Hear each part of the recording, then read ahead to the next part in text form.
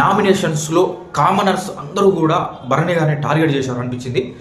Plus నామినేషన్స్లోకి ఎవరు వచ్చారు అనేది కూడా చూద్దాం. నామినేషన్స్లో ముందుగా భరణి గారిని నామినేట్ చేస్తూ మనీష్ మర్యాద నామినేట్ చేస్తూ తను ఇచ్చినటువంటి బిగ్ స్టేట్మెంట్ ఏంటంటే you are the big snake in the house అనే స్టేట్మెంట్ ఇచ్చారు. ఇది చాలా బిగ్ స్టేట్మెంట్ అన్నట్టే భరణి గారి గురించి. అదేవిధంగా ఇది ఒక పాయింట్ అని చెప్పింది. ఇంకొకటి, మీరు స్టేజ్ మీదకి వచ్చినప్పుడు బిగ్ బాస్ హౌస్లోకి వచ్చినప్పుడు ఒక ఆర్నమెంటల్ బాక్స్ ఒకటి తెచ్చుకున్నారు, చైను, అదేముంది, దాన్ని అంతా షో చేయాల్సిన అవసరం ఏముంది అన్నట్టుగా అయితే దాని గురించి కూడా ఒక స్టంట్ చేసినావు, ఒక ప్లాన్గా చేసినావు, ఒక ప్లాన్ చేసుకుని వచ్చినావు అనే విధంగా అయితే అదొకటి. ఇంకొకటి వచ్చేసరికి వెజిటేబుల్స్ నువ్వు కట్ చేసినప్పుడు నా ప్లేట్ యూజ్ చేసి నువ్వు దాన్ని కడగకుండా ఆ సింక్లో వేసేసావు అనే విధంగా ఇదొక పాయింట్. ఇంకొకటి, ఓనర్స్ మధ్య, అంటే ఓనర్స్ అంటే కామనర్స్ మా మధ్య చిచ్చు పెట్టే విధంగా నువ్వు ప్రయత్నం చేసినావు అనే విధంగా అయితే ఈ 4 పాయింట్స్ మీద మనీష్ మర్యాద భరణి గారిని అయితే నామినేట్ చేయడం జరిగింది. అదేవిధంగా ఇక ప్రియ గారు ఎలాంటి పాయింట్స్ చెప్పారంటే, మీరు అందరూ ప్లేయర్స్ ఇండివిజువల్గా ఆడుకోవడానికి వచ్చారు, కానీ నువ్వు ఎందుకు వాళ్ళ తరపున నువ్వు ఆడుతున్నావు గేమ్ అనే విధంగా అయితే ఆమె చెప్పి. ఎందుకంటే క్యాప్టెన్స్ టాస్క్లో నేను అవుట్ అయిపోవడానికి ముఖ్య కారణం నువ్వే. అక్కడ ఆడాల్సింది సృష్టి వర్మ గేమ్ ఆడాలి, కానీ సృష్టి వర్మ ప్లేస్లో నువ్వు ఆడావు గేమ్. అంటే సృష్టి వర్మకి నువ్వు ఇన్పుట్స్ ఇస్తున్నావు.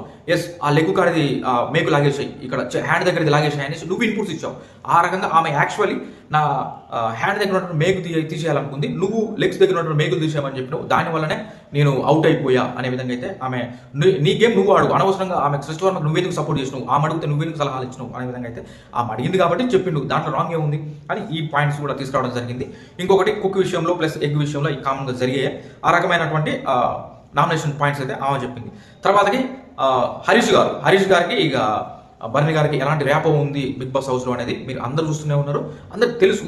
ఎందుకంటే ఆ ఎగ్ టాస్క్ విషయంలో కావచ్చు, ఇంకా మెయిన్గా ఆయన చెప్పాలనుకుంటే ఎగ్ టాస్క్ విషయంలోనే చెప్పాలి. కానీ ఏమంటాడంటే, నీ బర్త్డేకి మేము అది చేసినాం, ఇది ప్లాన్ చేసినాం అని రకరకాలుగా అయితే ఆయన హరీష్ గారు మాట్లాడడం జరిగింది.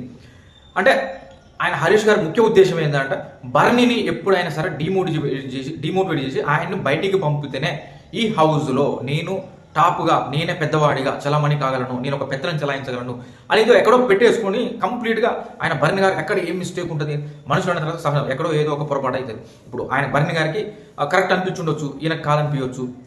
ఎగ్ టాస్ విషయంలో ఇంత సీన్ అవుతుంది అనుకోలేదు, కానీ భరణి గారికి కూడా మిస్టేకే. అది ఎవరు అవునన్నా కాదన్నా అది తెలిసినప్పుడు ఆయన చెప్పుంటే బాగుండేది సరే తెలిసింది, కనీసం నువ్వు హరీష్ మీద కావచ్చు, మిగతా వాళ్ళ మీద కావచ్చు గట్టిగా అరవకుండా అది అరే ఇదేటో పోతుందే అనేసి చెప్పి మాట్లాడుంటే బాగుండేది. లేదు ఆమె తీసిందని చెప్పేసి ఉంటే బాగుండేది. లేదా అంటే సంజన గారి చేతనే ఒప్పుకోండి పర్వాలేదు అనేసి, అంటే ఆమె ఒప్పుకున్న తర్వాత కూడా వీళ్ళు ఒప్పుకున్న తర్వాత ఆమె ఒప్పుకోవడానికి కొంచెం లేట్ అయింది. ఈ గొడవంతా అయిపోయిన తర్వాత ఒప్పుకుందాం, ఇక ఎట్లా దొరికిపోయినాం, కెమెరాస్ ఉన్నాయి చెప్పేయండి అనేసి అన్నదనమాట. కానీ ఇదొక్క విషయంలో అయితే మిస్టేక్ భరణి గారిది ఉంది. సరే, ఆయన కూడా ఈ విషయంలో మిస్టేక్ అయింది కాబట్టి అందరికి సార్లు చెప్పుకుంటూనే వచ్చిండు. కానీ 100% ఆయన కూడా తెలుసు, లాస్ట్ వీక్లో నామినేషన్లో లేడు, ఈ వీక్ నామినేషన్స్లోకి వచ్చిండు కాబట్టి ఖచ్చితంగా నన్ను నామినేషన్లో పెడతారు, ఈ పాయింట్ ఖచ్చితంగా చెప్తున్నట్టు అన్నట్టుగానే అందరూ కూడా ఈ విషయం ఇదొక్క విషయంలో మాత్రం భరణి గారిది మిస్టేక్ అని అయితే 100% ఎవరైనా చెప్పగలుగుతారు. ఇక తర్వాత శ్రీజ వచ్చేసి ఈమె కూడా చాలా పెద్ద స్టేట్మెంట్ ఇచ్చిండు. ఎలాంటి స్టేట్మెంట్ ఇచ్చిందంటే, మ్యానిపులేటర్, మీరు ఇన్ఫ్లుయెన్స్ చేస్తున్నారు అందరినీ, ఫెయిత్లెస్, అదేవిధంగా మీరు పెద్ద లయరు అనే విధంగా అయితే పెద్ద స్టేట్మెంట్స్ ఇవి. ఇలాంటి స్టేట్మెంట్స్ శ్రీజ గారు ఇవ్వడం జరిగింది భరణి గారి గురించి. ఇవన్నీ చాలా తక్కువ అట్లా ఇవ్వడం అనేది. కానీ ఇక ఆమె ఇచ్చుకుంది ఏదో ఇక గయ్య అరుస్తూ.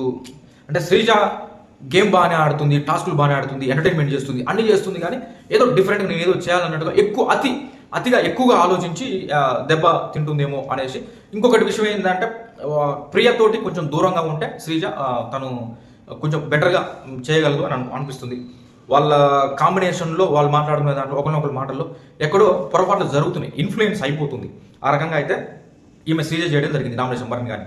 ఇక ఫైనల్గా నామినేషన్స్లోకి ఎవరెవరు వచ్చారు ఏంటి అనేది చూస్తే, నామినేషన్స్లోకి వచ్చిన వాళ్ళు Bharani garu and Harish garu, Manish Maryada, Demon Pavan, Priya and Flora, వీళ్ళ 6 నామినేషన్స్లోకి వచ్చారు.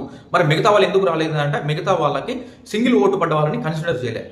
2 ఓట్స్ అంతకంటే ఎక్కువ ఓట్లు పడ్డ వాళ్ళకి 2+ ఓట్స్ పడ్డ వాళ్ళకి 2 నుంచి 2 ఒక సింగిల్ ఓటు పడ్డ వాళ్ళని అయితే నామినేషన్లోకి తీసుకురాలేదు. 2 ఓట్లు అంతకంటే ఎక్కువ ఓట్స్ పడ్డ వాళ్ళని నామినేషన్స్లోకి తీసుకొచ్చారు. ఆ పరంగా ఈ 6 మెంబర్స్ అయితే ఈసారి నామినేషన్స్లో ఉండడం జరిగింది. Bharani garu, Harish garu, Manish Maryada, Demon Pavan, Priya and Flora garu వీళ్ళైతే నామినేషన్స్లో ఉన్నారు. మేబీ ఈ వీక్ ఎక్కువ డేంజర్లోకి వెళ్ళేది ఫ్లోరా గారు అండ్ మనీష్ మర్యాద వీళ్ళిద్దరిలోనే ఎవరైనా ఉండొచ్చు అని అనుకుంటున్నాం. ప్రియా కూడా ఉంది ఆ ప్లేస్లో. భరణి గారు, హరీష్ గారు, డేమన్ పవన్ వీళ్ళ ముగ్గురు అయితే సేఫ్ జోన్లో ప్రస్తుతానికైతే. ఎందుకంటే మామూలుగా ఒపీనియన్ పోల్ పెడితే దాంట్లోనైతే ఈ రకమైన ఓటింగ్ అయితే జరుగుతుంది. ఇది ఫ్రెండ్స్ నామినేషన్కి సంబంధించి అండ్ భరణి గారి మీద కామెంట్స్ ఎలా అటాక్ చేశారని సంబంధించినటువంటి వీడియో. నా వీడియోస్ కనుక మీకు నచ్చినట్లయితే ప్లీజ్ లైక్ చేయండి, కామెంట్ చేయండి, సబ్స్క్రైబ్ చేసుకోండి. Thank you.